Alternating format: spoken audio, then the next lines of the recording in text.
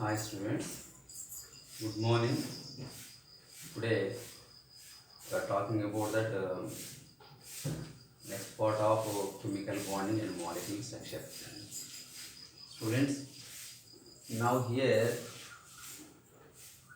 in last session we have completed about that up to variable balances.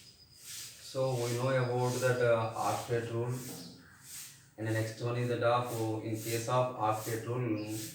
So we have the incomplete octet, and next one is odd electron containing octet, and next one is the expanded octet.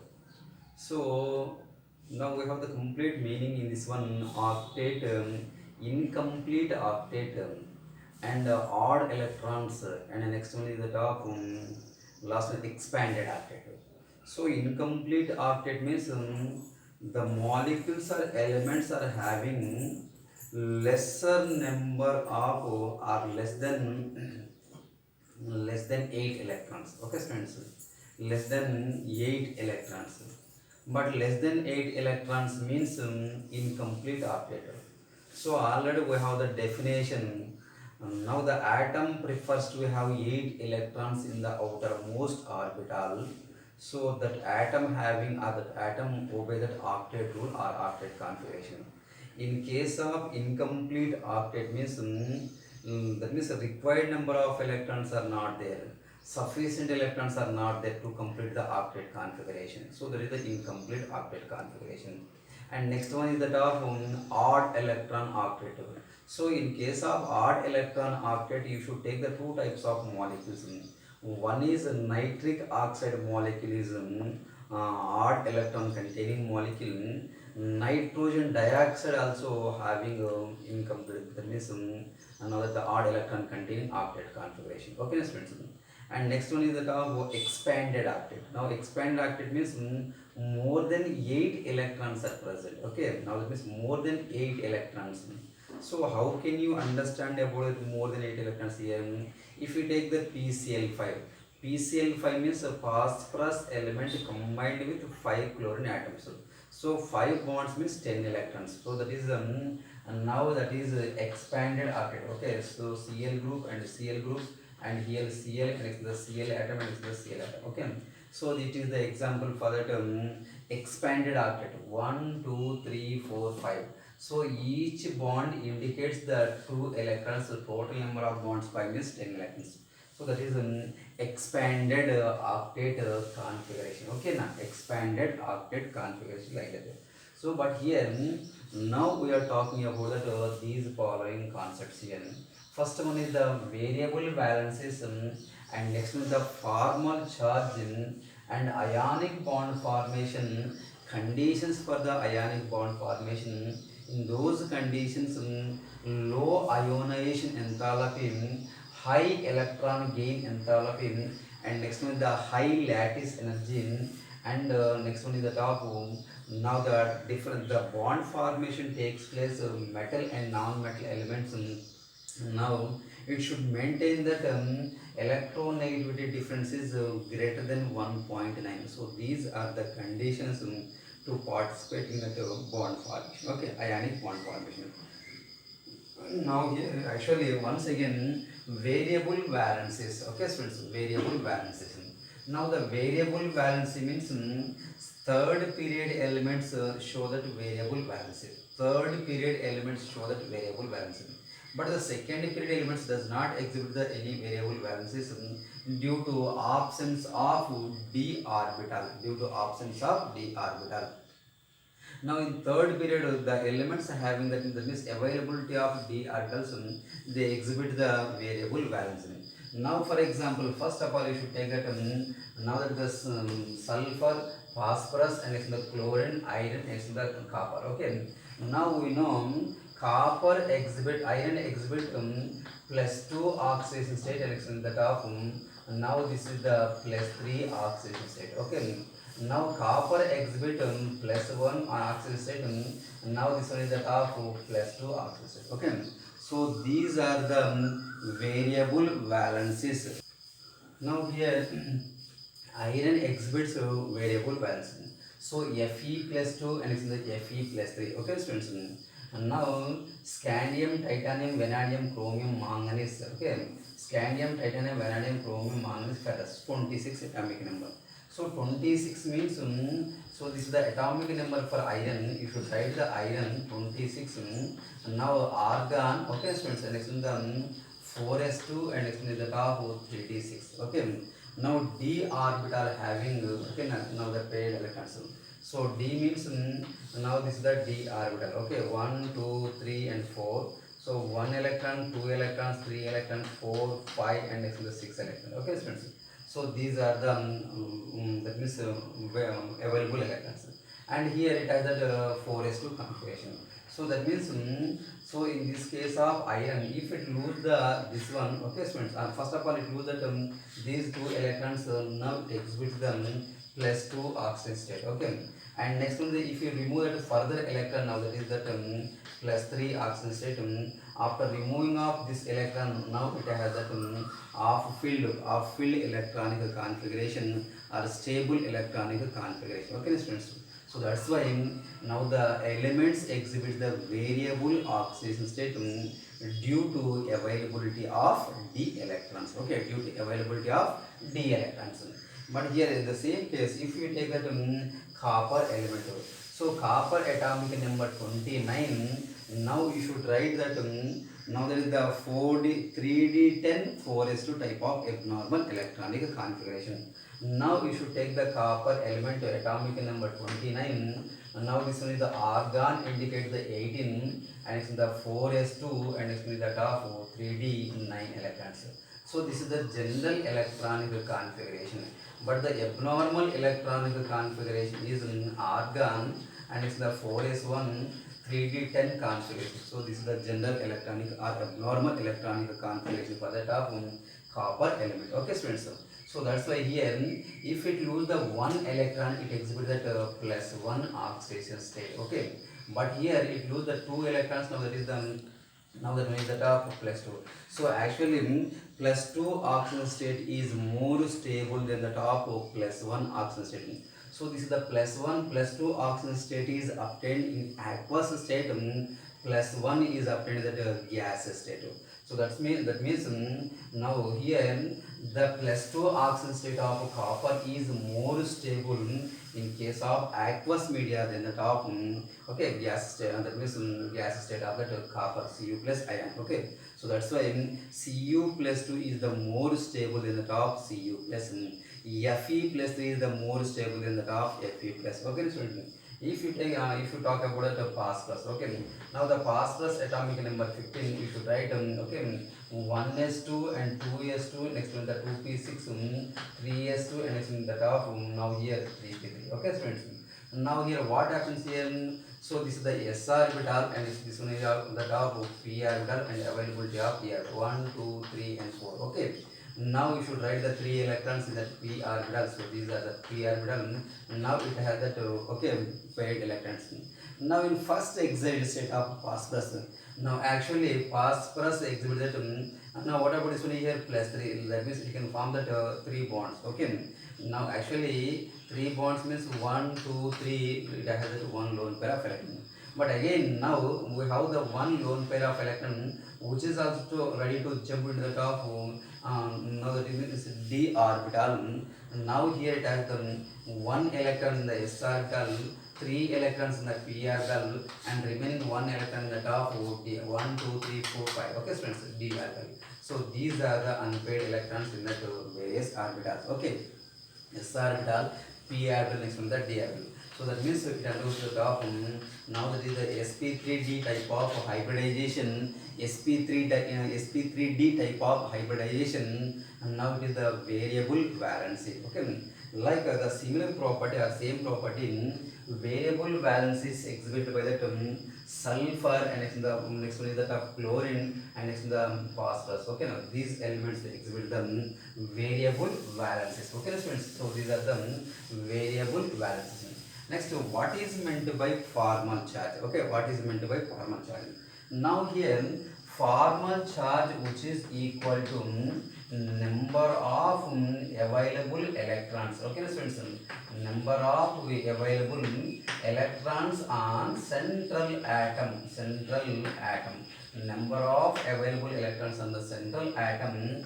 And next one is that of minus number of non-bonded electrons. So next one is that of number of non-bonded electrons minus number of, okay students, number of bonded electrons around that central atom. So this formula indicates the formal charge. Now the formal charge is equal to number of available electrons on the central atom of the molecule, number of available electrons on the central atom of the molecule minus number of non-bonded atoms on the central atom minus number of bonded electrons on the central atom. So this formula indicates that formal charge. Okay, now it indicates the formal charge. For example, you should take that one type of molecule. So this is the example. Now you should take that O3 type of molecule. Now simply you should write the oxygen and the oxygen. So this is the atoms. Okay, students, 1, 2, 3 atoms are there. But here we have that now in case of oxygen always having the two unpaired electrons. That means two bonds, that is the two lone pair of electrons. Now here only one bond is completed and next one it has another bond and next one the lone pair of electrons and lone pair. So these are the electrons. Okay, students. Now here also same phenomenon. So lone pair is the one electron. But already over two, okay, that means two bonds over, next one is the two lone pair of electrons. But these are the unequal sharing of electrons. These electrons are undergoes to the top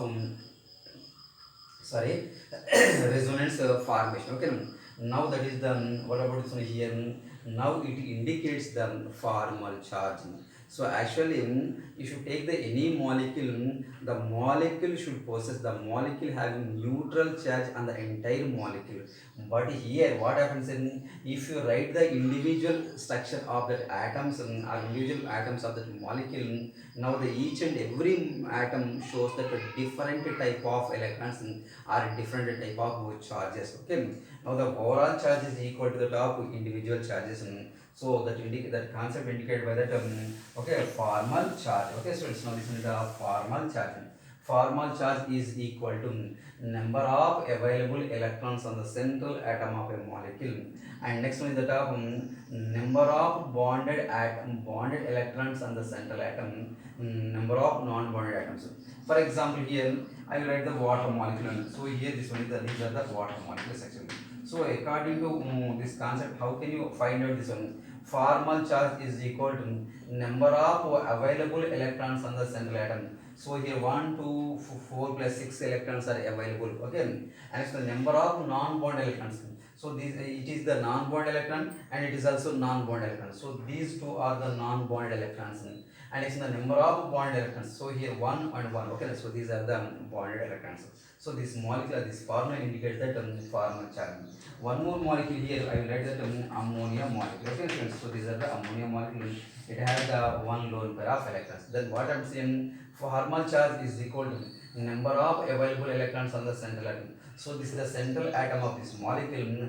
How many number of electrons are present? How many available electrons are there on the central atom? So here one, this is the central atom, and on that central atom there is the one lone pair of electrons, 3 unbound electrons. That means bond electrons. So that means unpaired electrons. Okay, students. So these are the availability. Next one, number of non-bond electrons. That means so it is not participating in the bond formation. So that's why it is called as non-bonding electrons.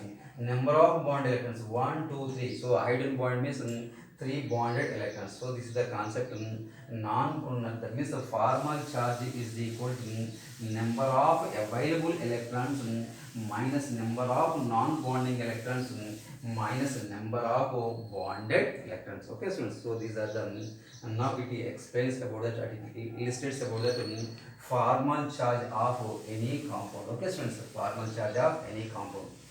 Now here next one is that ionic bond formation. Okay, students. So ionic bond formation. So how can you define that ionic bond formation, or what is meant by ionic bond formation?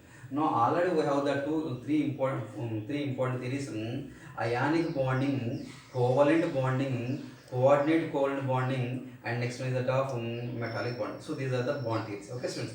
But here in case of ionic bond formation, so ionic bond formation means ionic bond means the transfer of electrons from one atom to another atom. Okay, now that means first condition, that is the transfer of electrons from, okay students, from one atom to, okay, one atom to another atom, that is called as ionic bond formation. Transfer of electrons from one atom to another atom is called as the ionic bond formation. Okay, now here what happens, what is the process here, which type of process takes place here? Transfer of electrons. Electrons are transferred from where? Now from one atom to another atom. So the electron transfer takes place which type of that means in between the which type of atoms here? Now that means here, now we should take the A is the electropositive atom and the B is the electronegative atom. So what is meant by electropositive here? The tendency of an atom which lose the electrons. Electronegativity means the tendency of an atom which gain the electrons. The electrons are transferred from the electropositive element to electronegative elements. The transfer of electrons which transferred from that electropositive element to next is the electronegative element. Okay, students. Now the electrons are transferred from that now that is the metal element to next one is that of non-metal element. Okay, so these are the process, that means the transfer of electrons from one atom to another atom. That transformation is called as ionic bonding. So the ionic bond formation takes place in between the metal and next one is that of non-metal elements. So here in this explanation or in this concept, we have to talk about that now the which type of examples or which examples illustrate or which examples give the complete evidence for that ionic bond formation. Okay, students. Now you should take that first example is the NaCl type of compound. Okay, NaCl type of compound. And you should take that MgCl2 type of compounds and CaF2 type of compounds and AlCl3 type of compounds. Now the K3P type of compound. Okay, friends. So these are the examples which are used to explain about the ionic bond formation. Okay, ionic bond formation. Now first one is the sodium chloride molecule, and next one the magnesium chloride, next one the calcium fluoride, next one the aluminum chloride, and next one is the top K3P. Okay, students. Now here in the first molecule, sodium is metal, chlorine is the non-metal, magnesium metal element, Cl is the non-metal. Okay, calcium is the metal element, next is the fluorine is the non-metal element. Aluminum is the metal element, chlorine is the non-metal element. Potassium is the metal element, next in the phosphorus is the top non-metal element. Okay, students. Now here in this case, the electrons are transferred. So that means in the first example, the one electron is transferred from that sodium to towards that chlorine atom. Now already now these chlorine atom, now chlorine belongs to the top seventh group elements. So fluorine, okay, so this is fluorine and chlorine, bromine, and next the iodine. Next these element is the acetylene. So these elements are near to the top noble gas element. Okay, neon, and next the argon, krypton, and xenon, and radon, and next one is the top argonation. Okay, students. Now here what happens here? Now if it gain the one electron, it is the neon configuration. So it gain the one electron argon configuration, it gain the one electron krypton configuration, it gain the one electron xenon configuration. Okay, next one is the radon configuration. That means each and every element ready to gain the electrons to get the nearest noble gas stable configuration, a stable nearest noble gas configuration. So that's why in the entire periodic table they are always ready to try they are always try to get nearest noble gas configuration. So according to that concept, now the Cl atom gain that one electron to get the argon configuration. Fluorine atom is fluorine atom is ready to get that neon configuration. Okay, students. And next the CaF2 also ready to get that that means now it gain the two electrons. Now in this case what happens here, I will write that examples actually. Now we should take the NaCl atom. Okay, students, NaCl atom. So NaCl means Na atomic number 11, its configuration is 1s2, 2s2, 2p6, next is the 3s1. Okay, and next is the chlorine configuration. Now that means fluorine is atomic number 17. Now that the 1s2, 2s2, 2p6, 3s2 and next in the 3p5. Okay students. And now the sodium atom donate the electrons.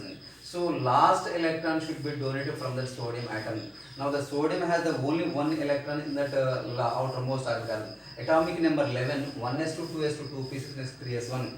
Now here chlorine atomic number 17, 1s2, 2s2, 2p6, 3s2, 3p5. So it need the one electron to get the stability. It release the one electron to get the stability. So that's why now the molecule is existing in the form of a Na plus and it's the Cl minus. Na plus means 10 electrons, Cl minus means 18 electrons. So it has the 8 electrons in that outermost orbital, and here also it has that 8 electrons in that outermost orbital. Okay students, so these are the stable configuration. Okay students, that means that is the stability of that electrons are stable configuration. Okay, and now by gaining of electrons, by losing of electrons, now it goes to the top. Okay students, ionic bond formation. You should take the same type of magnesium Mg plus 2, Cl minus ion. So 2 fluorine atoms. So that means 2 minus ions. Now here CaF2, Ca plus 2, and if the 2 fluorine atoms require 2 electrons, now that means single F minus ion. Okay, Al plus 3, aluminum plus 3, next one is the 3 Cl atoms minus. Okay, K single atom plus, next in the 3 potassium means 3 plus charges, and phosphorus is the okay minus the charge. So these are the examples for that ionic bond formation. Okay students, ionic bond formation. So simple thing, first of all in these cases you have to explain that write the electronic representation method first of all. So you should write that that means for example MgCl2 molecule. Okay students, MgCl2 molecule. Now here first we should take the magnesium element 1s2, 2s2 and the 2p6 and the 3s2. Okay students. And now if you take the 2 chlorine atoms, one chlorine atom configuration is 1s2, 2s2, next in the 2p6, 3s2 and it's in the top 3p5. Now here what happens here, now the chlorine atom ready to gain the top 1 electron for each to get the noble configuration. So which is going to be the top, so this is the Mg plus 2, now here 2 Cl minus ions. Okay students. And now it undergoes the top MgCl2 type of compound. Okay now, so this is the ionic bond formation. Okay, so these are the conditions to involve in that ionic. So this is the these are the properties and involvement of ionic bond. And next one is the top conditions for that ionic bond formation. What are the conditions?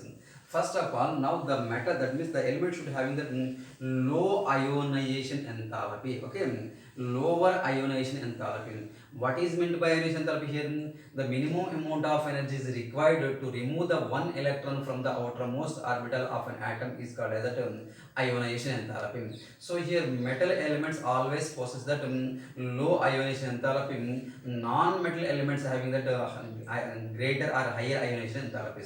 So here the conditions which are favorable for that formation of ionic bond formation.